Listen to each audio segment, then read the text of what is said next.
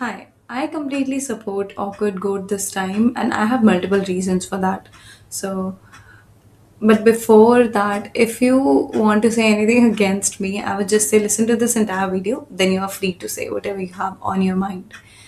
Now, I was just 10 years old when I was called a slut for the first time. One of my female teachers, I clearly remember my math teacher, she said that I am a slut. I'm a characterless woman just because I was sitting with two boys of my class. I was just good friends with them. I used to have lunch with them, but she did not like it that I was sitting with guys so comfortably. So she just projected her insecurities on me and said that I'm a slut in front of my entire class, and I'm not even exaggerating. Then, when I was 13 years old, I remember I was walking back to my home from my tuition, and an auto rickshaw wala stopped his auto, said, I don't like saying it, but he said, तुझे तो कोठे पे बैठना चाहिए. And I was just a 13-year-old child. My body had not even developed fully yet. I was not wearing anything revealing as much as I hate to, justify my clothes, but I was wearing a very plain t shirt, a jeans that covered my body, and I still feel that how did this man have the audacity to say something as disturbing as this to me on my face? So this is why I think that the R word is already normal. It is normalized in our society, but we only like it, or we are only habitual to hearing it from men.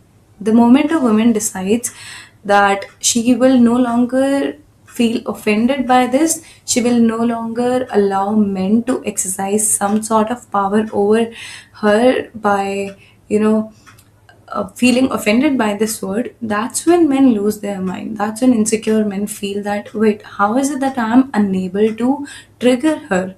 They use this word as a tool to humiliate us, but the moment we decide that we are not offended by this word, that's why their ego gets hurt. So this is why I think this is one of the reasons why I think that whatever Vijay has done is correct, because it's just snatching away the power men hold over us by using this word as a tool to humiliate us. Now, the second thing is that there is one big concern around this, that how she's instigating young girls, teenage girls to, put the proud R thing in their bios. This is something that I'll talk about in the second half of this video. But right now, my concern is that this particular word, yes, it bears so much history. Yes, it is really important to know the context in which we can use it, and reclaiming it itself is a huge movement. It's a very revolutionary stance on her side.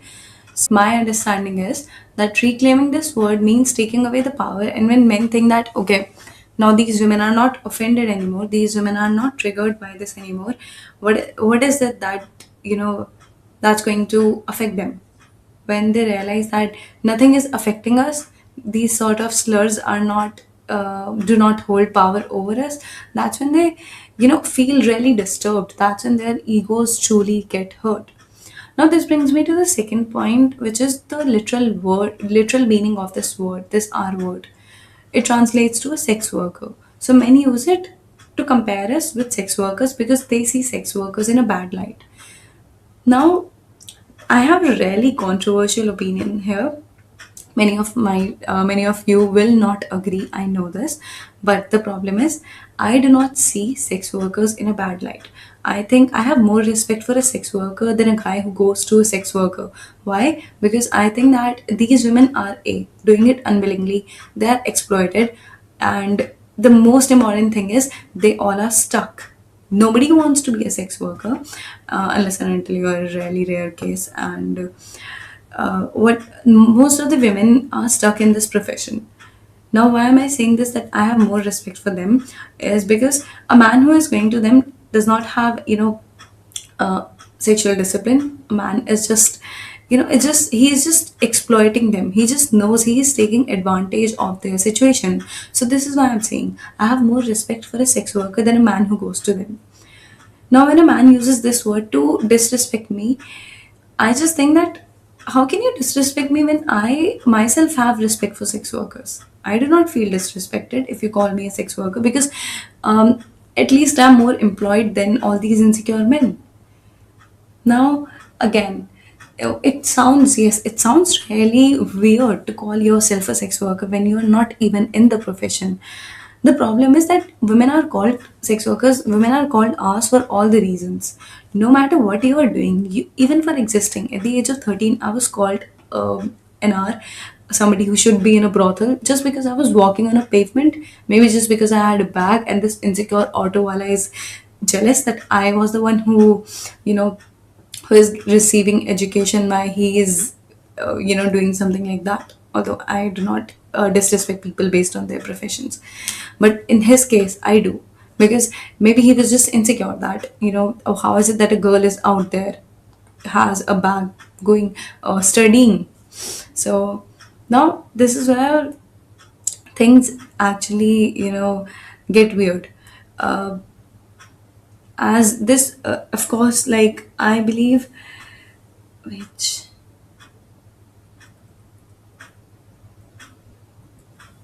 now the problem is that this word makes even feminists uncomfortable.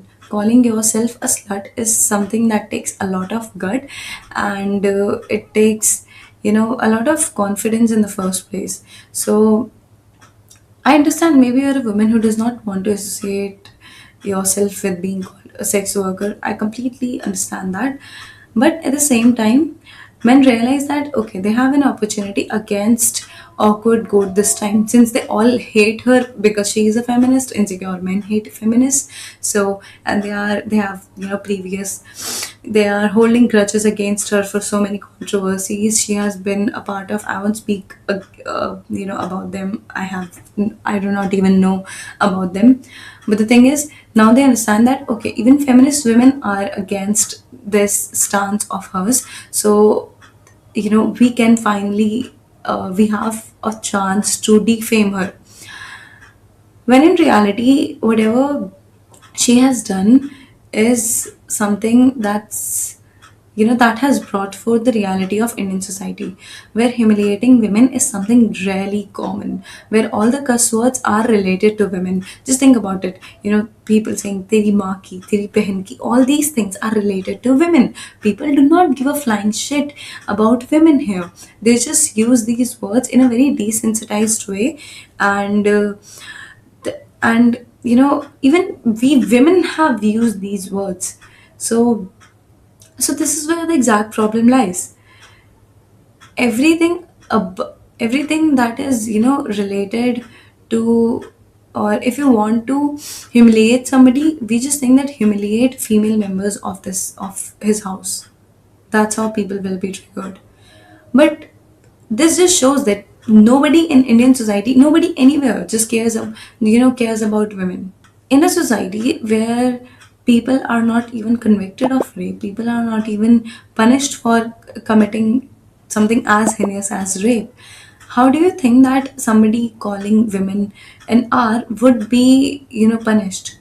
How is it that people give this alternative, people saying that whatever she has done is, those who partially agree with her, they say she could have taken some other approach. What is this approach that you're talking about? I don't see any other approach, because see, what she has done is a part of modern feminism. It is a part of the third wave of feminism that is going on in the West. So now Indian society is not ready to accept something as revolutionary as what she has done. But it also shows that how backward we are and how patriarchal we are.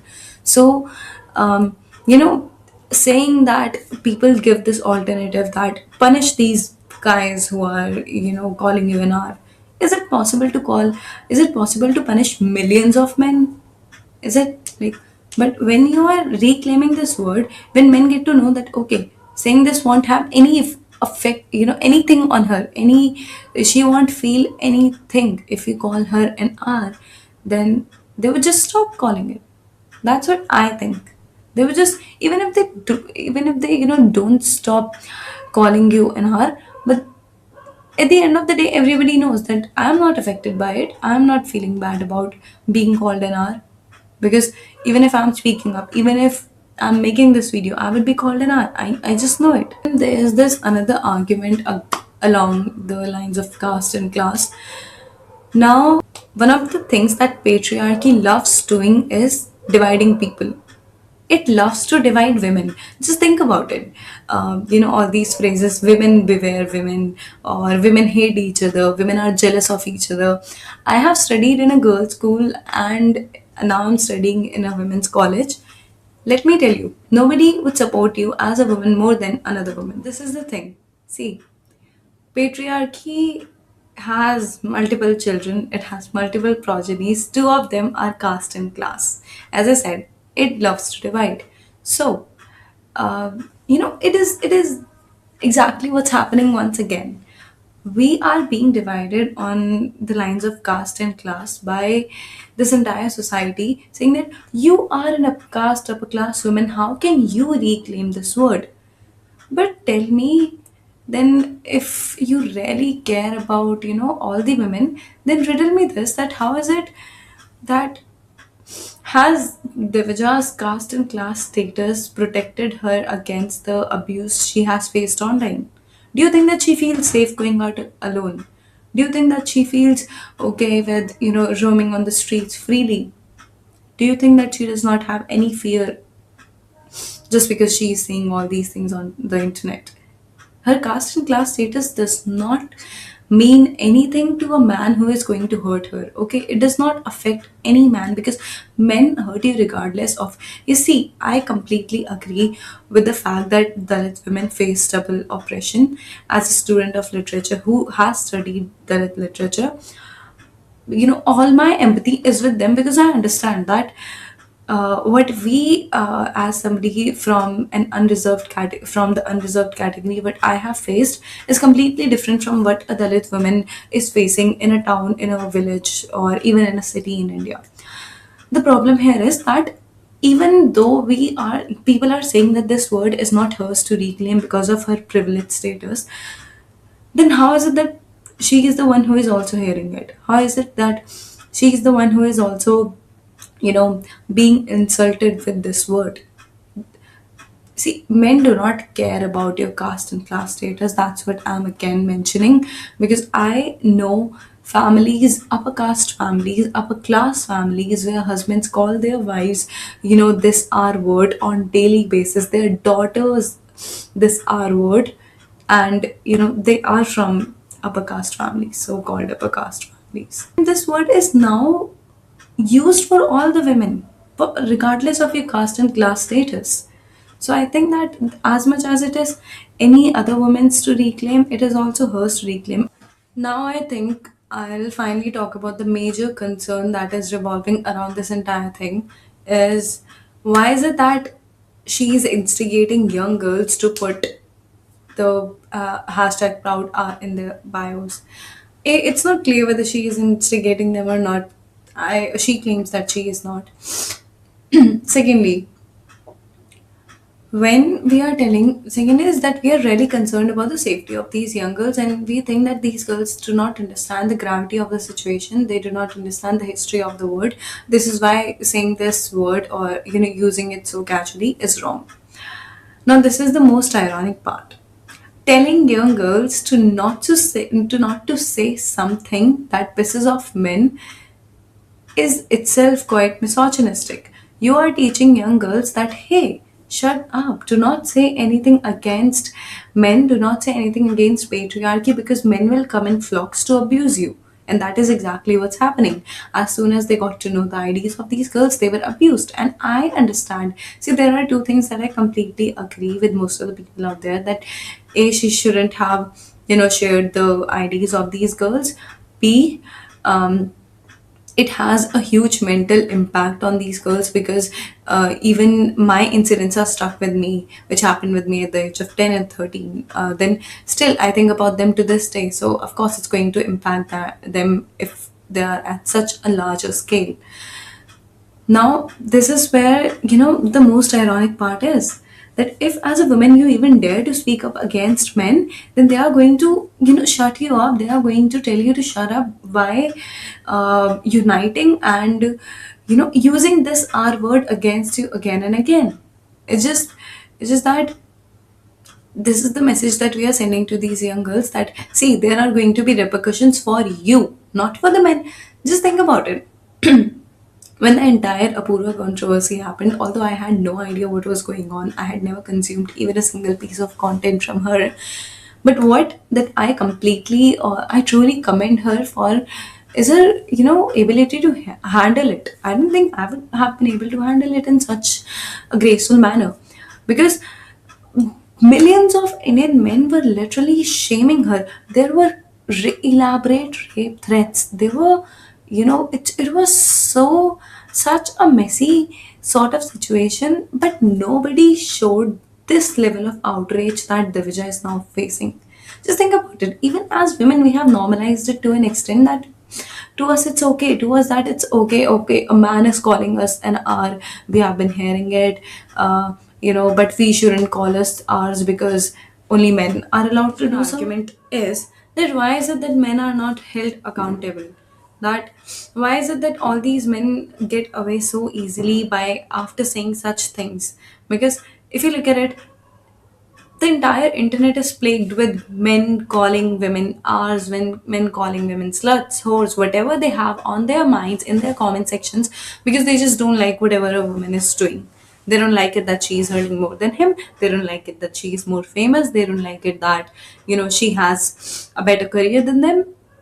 And besides that, what makes me really furious is the fact that nobody has ever shown this much anger against these men.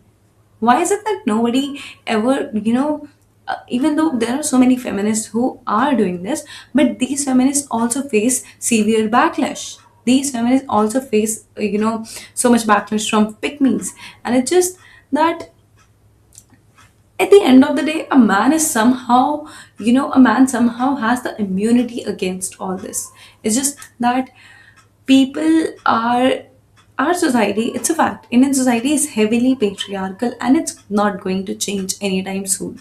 So this is why men still have an upper hand in all these situations, because the real problem is that no one has the courage to call out these men. The moment you start calling out their actions, that's when they come together, they unite, and then they they stand against you. They call you a slut, they call you whatever they want to call you, and you can't do anything. In fact, people are, there are FIRs against Divija, which is such a stupid thing, but there are no FIRs against these men, even though calling a woman R is punishable. It's a punishable offense. Yet there is no such thing. People are saying that, okay, punish them. Tell me, is it even a feasible, is it a plausible alternative? Is it possible? Is that people are bringing up all the things that she has, all the things that are wrong about her, all the things that she has said before, or all the controversies that she has been a part of. They're bringing all these things right now when it is not the time to speak about them, when it is not the time to drag all these things back and, try to find an excuse to hate her. I mean, you can hate her. I'm not also a religious follower of hers, but at the same time, this, you are supposed to understand that this is the moment when we only talk about the thing that is going on right now, the entire Proud R movement.